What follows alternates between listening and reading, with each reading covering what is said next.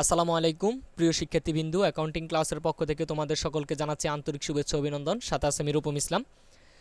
ভিডিওটি শুরু করার আগে তোমাদের কাছে আমি একটি বিশেষ অনুরোধ করব, সেটা হচ্ছে যে যারা আমার চ্যানেলটিকে এখনও সাবস্ক্রাইব করো নাই, পাশে থাকা নোটিফিকেশন বেলটি যারা এখনও অন করো নাই, তারা অবশ্যই চ্যানেলটিকে সাবস্ক্রাইব করে পাশে থাকা নোটিফিকেশন বেলটি অন করে নিবা।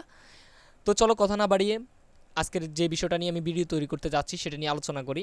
সাধারণ জাবেদা হতে টিচকে খতিয়ান প্রস্তুতকরণ, অর্থাৎ আমরা আজকে এক লেনদেন থেকে সাধারণ জাবেদা প্রস্তুত করব, এটা থেকে টিচকে খতিয়ান প্রস্তুত করব। তার আগের ভিডিওতে আমি দেখিয়েছি যে টিচকের কলাম কয়টা, টিচক কীরকম, চলমান জার চকের কলাম কয়টা, চলমান জার চক কীরকম, সেটা আমি আগের ভিডিওতে প্রাথমিক আলোচনা করছি। আজকে আমরা তার বাস্তব প্রয়োগ শিখব। তো আমি টিচক দিয়ে শুরু করতেছি। 2019 সালের মার্চ 1 তারিখে জনাব রায়হান নগদ 1 লক্ষ টাকা নিয়ে রায়হান ট্রেডার্স, এখানে প্রতিষ্ঠানটার নাম হচ্ছে রায়হান ট্রেডার্স নামে ব্যবসা আরম্ভ করেন। উক্ত মাসে তার ব্যবসায়ের অন্য লেনদেনগুলো ছিল নিম্নরূপ। যেমন 5 তারিখে সে কী করছে, নগদে পণ্য ক্রয় করছে 10,000 টাকার, আর 6 তারিখে কী করছে, নগদে পণ্য বিক্রি করছে 12,000 টাকার। ভিডিওটি অনেক লম্বা হয়ে যাবে বিবেচনা করে আমি সামান্য দুইটা তিনটা লেনদেন নিয়েই তোমাদেরকে টিচকে খতিয়ান প্রস্তুত শিখাচ্ছি। করণীয় তো বলছে সাধারণ জাবেদা প্রস্তুত করো এবং টিচকে খতিয়ান হিসাব প্রস্তুত করো।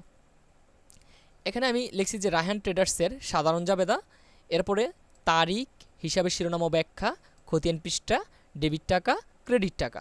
এটা আমরা সাধারণ জাবেদার চক করলাম। এখন সাধারণ জাবেদা প্রস্তুত করব। যেহেতু নগদ টাকা নিয়ে সে কী করছে, ব্যবসা শুরু করছে, সেজন্য আমরা এই যে সাল, মাস এবং তারিখ, নগদান হিসাব ডেবিট আর মূলধন হিসাব ক্রেডিট। ডেবিটের ঘরে টাকা, ক্রেডিটের ঘরে টাকা, 1 লক্ষ টাকা। এরপরে নগদে পণ্য ক্রয় করছে, তো সে 10,000 টাকা, সেজন্য জাবেদা হবে 5 তারিখে ক্রয় হিসাব ডেবিট আর নগদান হিসাব ক্রেডিট। 10,000 টাকা, 10,000 টাকা নগদে পণ্য ক্রয় করা হলো। ও এখানের মধ্যে আবার ব্যাখ্যা দিয়ে দিছি, নগদ অর্থ নিয়ে ব্যবসা শুরু করা হলো। এরপরে দেখো তোমরা যে 6 তারিখে বলছে নগদে পণ্য বিক্রি করা হয়েছে 12,000 টাকা, সেজন্য জাবেদা হবে নগদান হিসাব ডেবিট, বিক্রয় হিসাব ক্রেডিট। 12,000 টাকা, 12,000 টাকা নগদে পণ্য বিক্রি করা হলো, ব্যাখ্যা দিয়ে দিছি আমি এই জাবেদাটার মধ্যে। এরপরে আমরা এই যে খতিয়ান, এই যে এখানের মধ্যে আমাদের কি আছে, সাধারণ জাবেদা, এখানের মধ্যে কিন্তু হিসাবগুলো ছড়ানো ছিটানো অবস্থায় আছে।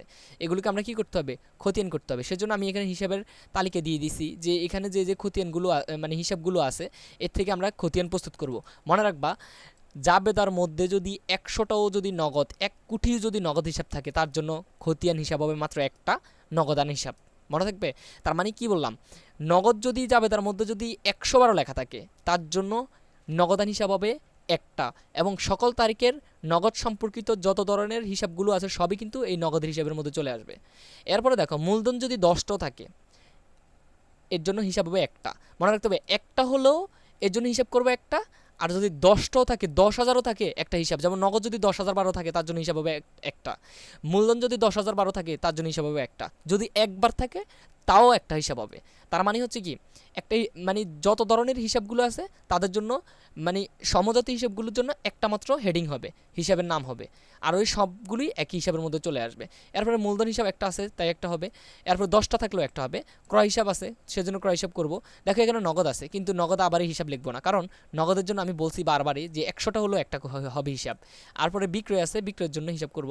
তাহলে আমরা এখানের মধ্যে এই জাবেদা থেকে কয়টা হিসাব করব, 4টা হিসাব করব।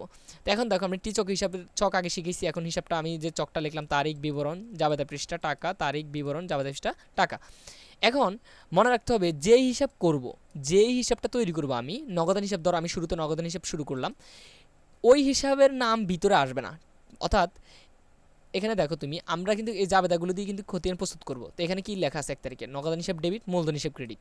তো আমরা নগদান হিসাব করতেছি, তার মানে নগদান হিসাবের মধ্যে এই লেনদেনটা, এই লেনদেনগুলো লিখতে হবে। তো এখানের মধ্যে আমি তার বিপরীত নাম ব্যবহার করব। নগদান হিসাবের ভিতরে কি নাম ব্যবহার করব, বিপরীত নাম। যেমন নগদের বিপরীত নাম কি আছে, মূলধন আছে, কিন্তু নগদ কোন দিকে আছে, ডেবিট দিকে। তাহলে আমি এই যে ডেবিট দিকে লিখবো, 1 তারিখ বলে মূলধন হিসাব বলে লিখবো। নগদের কত টাকা, 1 লক্ষ টাকা, এই 1 লক্ষ টাকা এখানে লিখে দেবো। এরপরে তোমরা দেখো যে নগদ আবার 5 তারিখে আছে ক্রেডিটে, তাহলে ক্রেডিট দিকে লিখবো তার বিপরীত নাম। তো ক্রেডিট দিকে লিখলাম তার বিপরীত নাম ক্রয় হিসাব বলে, কত টাকা, 10,000 টাকা, 10,000 টাকা। এরপরে দেখো নগদ আবার ডেবিট দিকে আছে, তো ডেবিট দিকে আমি তার বিপরীত নাম কি, বিক্রয় আছে, বিক্রয় বলে লিখলাম ডেবিট দিকে, কত টাকা, 12,000 টাকা, 12,000 টাকা লিখলাম। এরপরে দেখো, যে দিকটা বেশি, অর্থাৎ যে সাইডটা বেশি, সেটাকে যোগ করব। তো এখানের মধ্যে আমরা দেখতেছি এই সাইডটা বেশি, সেটাকে যোগ করে নিলাম 12,000 টাকা, 1,12,000 টাকা।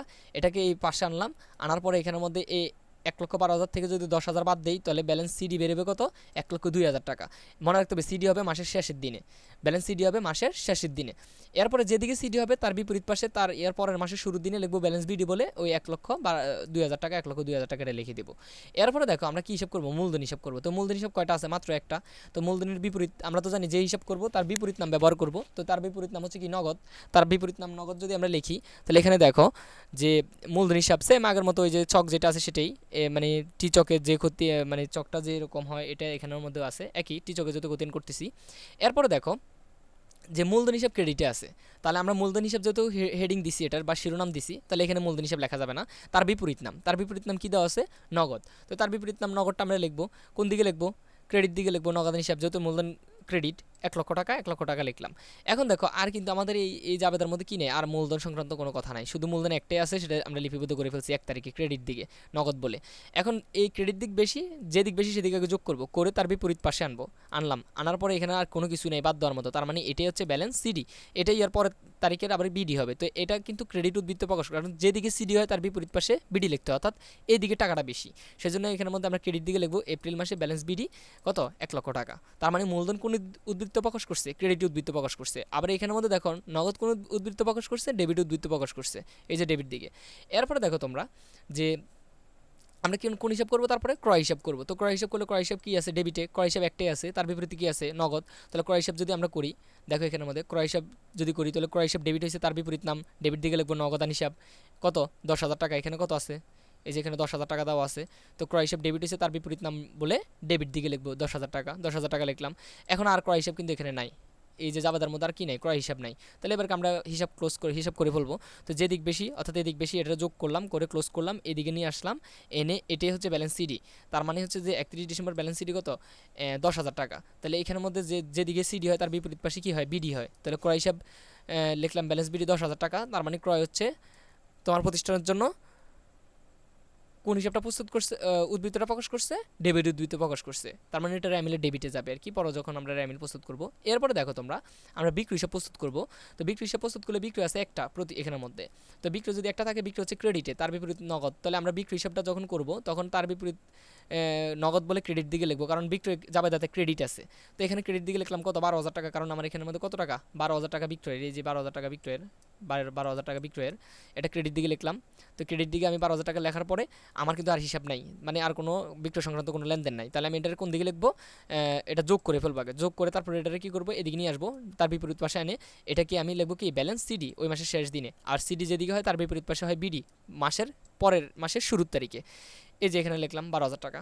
তো তোমরা অবশ্যই মনে হয় খতিয়ান হিসাবটা বুঝে গেছো টিচকে। তারপরে যারা বুঝবে না তারা আমার অবশ্যই কমেন্ট করে জানাবা।